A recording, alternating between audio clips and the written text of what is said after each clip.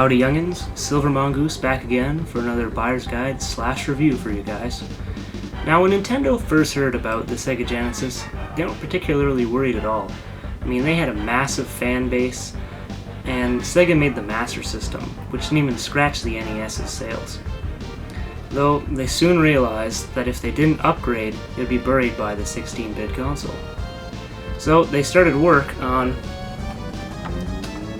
the Super Nintendo, and in about 2 years it was done.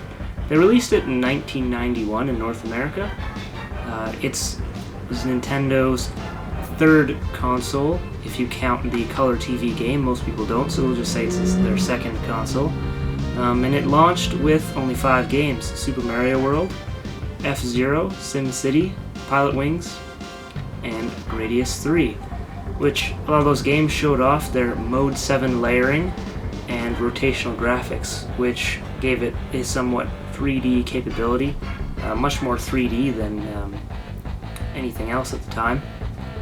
And it had more colors and better sound than the Sega Genesis, despite its slower CPU.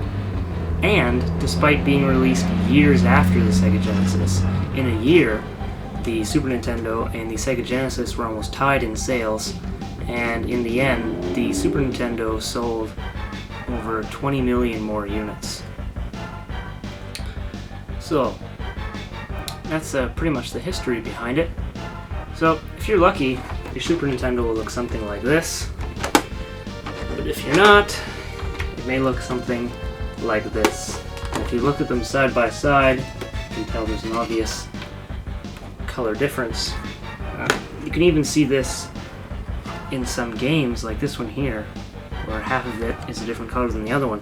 If you want to know all about that, just check out my other video called Why Your Super Nintendo is Yellow, and I'll explain that. So let's go over the console here. From the top you have your power and reset kind of slider buttons there. And it says here in this ancient sticker that power switch must be off before loading or moving a game pack, which is pretty obvious, but anyways. And up here is where you stick in your games.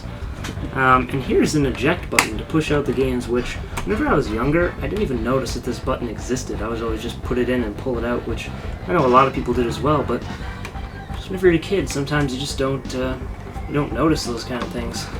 And the front here, you have room for two controllers. On the side, nothing much. On the other side, nothing much.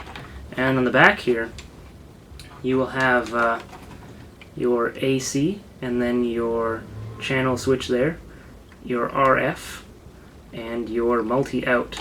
Now, the multi-out there is for if you were using composite cables like this, so you have your your red, yellow, and white cables there, and that just plugs into the back. And then the interesting thing about this is, if you don't happen to have one of these, but you have a 64 or a GameCube, you can just use one of theirs, because if you notice, they look the same, and you can switch them between the consoles. You can also, from the RF out, you can use your RF box from your original Nintendo, the original NES system. Obviously, I would recommend using the composite cables, because that way you can get stereo sound. And the AC adapter here is it's your standard giant box of the 90s, and this thing has 10 volt output, and I think it's 850 milliamps, but it says on here very clearly that power supply for use with Super NES control deck only, so you won't be able to get those mixed up with anything else. On the bottom here, you have this little port which you can open up, and it shows something you can connect something to. And a lot of people will say it was for a Sony add-on to play CDs, and some other people say it was for a Philips add-on to play CDs. And while it was really for Sony, and then for Philips, and then for Sony and Philips combined. I'll probably make a video explaining that because there seems to be a bit of confusion going around about that. But in Japan, the Super Famicom also had this port, and they used it for the Satellaview, which was something basically the same size as this that attached on the bottom. And you can download information from radio waves during the Super Famicom hour onto specialized cartridges. And you could get games like Zelda, or BS Zelda. BS stands for Broadcast Satellite. BS Harvest Moon, and you could also get Radical Dreamers, which is a text-based sequel to Chrono Trigger. You could also get things like magazines, music, and it had over 230 things which you could download. Never made it outside Japan though. And in 1997, they came out with the Super Nintendo 2, and it was different in some ways. It had no RF back there, and didn't have the eject button, and it also didn't have the EXT port because by then most of the add-on stuff was kind of down the drain. There's no real reason to get one. It's smaller and it's a bit lighter, unless you think it's cooler or you're a collector like myself. There's no real reason to get one. There's no real improvement, unlike the NES 2. Now, so we've done that. We'll go over the controllers. So your standard controller will look something like this. And this is actually the first controller that had an L and R shoulder button there. It was one of Nintendo's innovations. It also has a good D-pad. It also has these, I love these gray and purple color combination here. You have some convex and concave buttons there, so even whenever you're playing, you're not looking down, you can still feel which buttons you're pressing on. This controller is very comfortable. I find that they don't stand the test of time as well as the NES controllers, but they're still, I think it's a great controller. It was very innovative for the time. It's a lot better for games like fighting games, Mortal Kombat and things like that, better than the Sega Genesis controller, which only has 3 buttons. Of course, you can pick up something like this if yours is broken.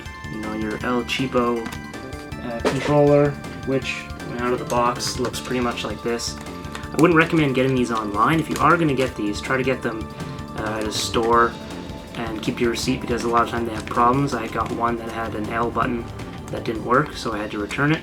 But you know, they're pretty cheap. They won't last you forever, but if you have pretty beat up controllers, you don't really have an option now, do you? And you can also get a multi-tap, which allows you to play up to 5 players. You just plug this into the second controller port. And this one is made by Hudson. I think Hudson was probably one of the only companies that made these. They have a couple models. It works for about 50 games, I think a bit more, but the only ones that it really matters for, the really good ones, are Secret of Mana, which you play 3-player, and the Bomberman games, which 4-player is fantastic on. The Super Nintendo also had the Super Advantage, much like the NES Advantage, but I don't have one of those to show you. You also had the Super Nintendo mouse, which I won't say too much about. It came with Mario Paint. I'll make another video about the NES Super Nintendo mouse because I don't have a lot of time. There was also the Super Scope, this giant beast of a light gun here. Strikes the fear into the heart of your enemies. I'll make another video about that too, but until then, just real quick, make sure you have this thing too. And this will also not work with your plasma games, or sorry, your plasma TVs or your LCDs. I'm running out of time. I'll just quickly say that if you are going to pick up a game for it, pick up this Super Scope 6, and in part 2 we will have the games and the prices, what you can expect to pay for this. So, yep, I'll see you guys later in part 2.